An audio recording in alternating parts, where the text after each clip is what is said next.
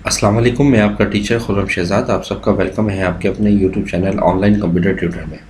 आज हम quick book में वेंडर्स को इनएक्टिव करना सीखेंगे। लास्ट वीडियो में मैंने आपको कहा था कि जिन वेंडर्स के साथ हम ट्रांसैक्शन कर लेते हैं उन वेंडर्स को हम डिलीट नहीं करते हैं, बल्कि ऐसे वेंडर्स जिनके साथ आप पहले काम करते रहे हैं, लेन देन करते रहे हैं, ट्रांसैक्शन होती रही हैं और अब आप उन वेंडर्स के साथ काम नहीं करना चाहते, तो आप उन वेंडर्स को डिलीट नहीं करेंगे बल्कि उन वेंडर्स को आप इनएक्टिव कर देंगे।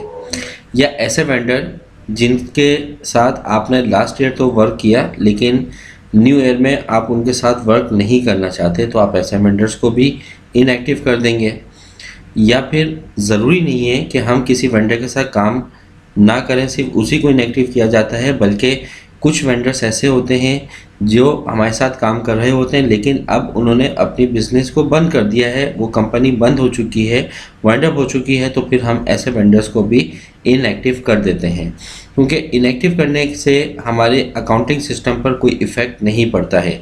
अगर किसी वेंडर के साथ आपकी ट्रांसैक्शन हो चुकी है, अगर आप उसको डिलीट करेंगे तो आपका जो अकाउंटिंग सिस्टम है उसके ऊपर इफ़ेक्ट पड़ेगा। ठीक है, बहुत सी जगह पे प्रॉब्लम आएगी आपके साथ।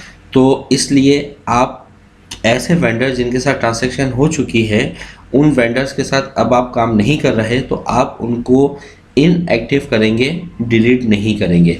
तो आइए देखते हैं इनएक्टिव किस तरह से किया जाता है। क्विक बुक के होम स्क्रीन पर रहते हुए आप वेंडर्स के ऑप्शन पर क्लिक करेंगे तो वेंडर सेंटर की स्क्रीन ओपन होगी। वेंडर लिस्ट में आएंगे। अब आप जिस वेंडर के साथ काम नहीं करना चाहते, राइट क्लिक करें और यहाँ से आप उसको इनएक्टिव कर दें।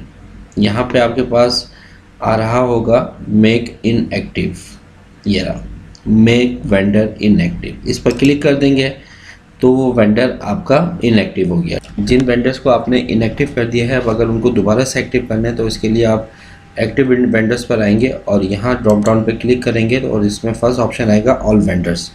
इस पर आपने क्लिक करना है तो आपने जिन जिन वेंडर्स को इनएक्टिव किया हुआ होगा वो वेंडर्स आपके पास ये क्रॉस के साइन के साथ आ जाएंगे। ठीक है, एक कॉलम का एक इजाफा हो जाएगा, वहाँ पे क्रॉस का साइन आ रहा है। अब ये जो क्रॉस वाले साइन है, इन वेंडर्स को आप दोबारा से एक्टिव करना चाहते हैं तो आप राइट क्लिक करेंगे और यहाँ पर आपके पास मेक वेंडर एक्टिव का ऑप्शन आ रहा है। इस पर आपने क्लिक कर देना है तो ये वेंडर आपका एक्टिव हो जाएगा। एक्टिव वेंडर्स को सिलेक्ट करें तो ये देखें वेंडर एक्टिव हो चुका है। ठीक है, तो याद रखिएगा, बस जो जिन वेंडर्स के साथ ट्रांसैक्शन हो चुकी है और उनके साथ आप काम नहीं करना चाहते तो आप उनको प्लीज़ डिलीट मत कीजिएगा, उनको सिर्फ आपने इनएक्टिव करना है।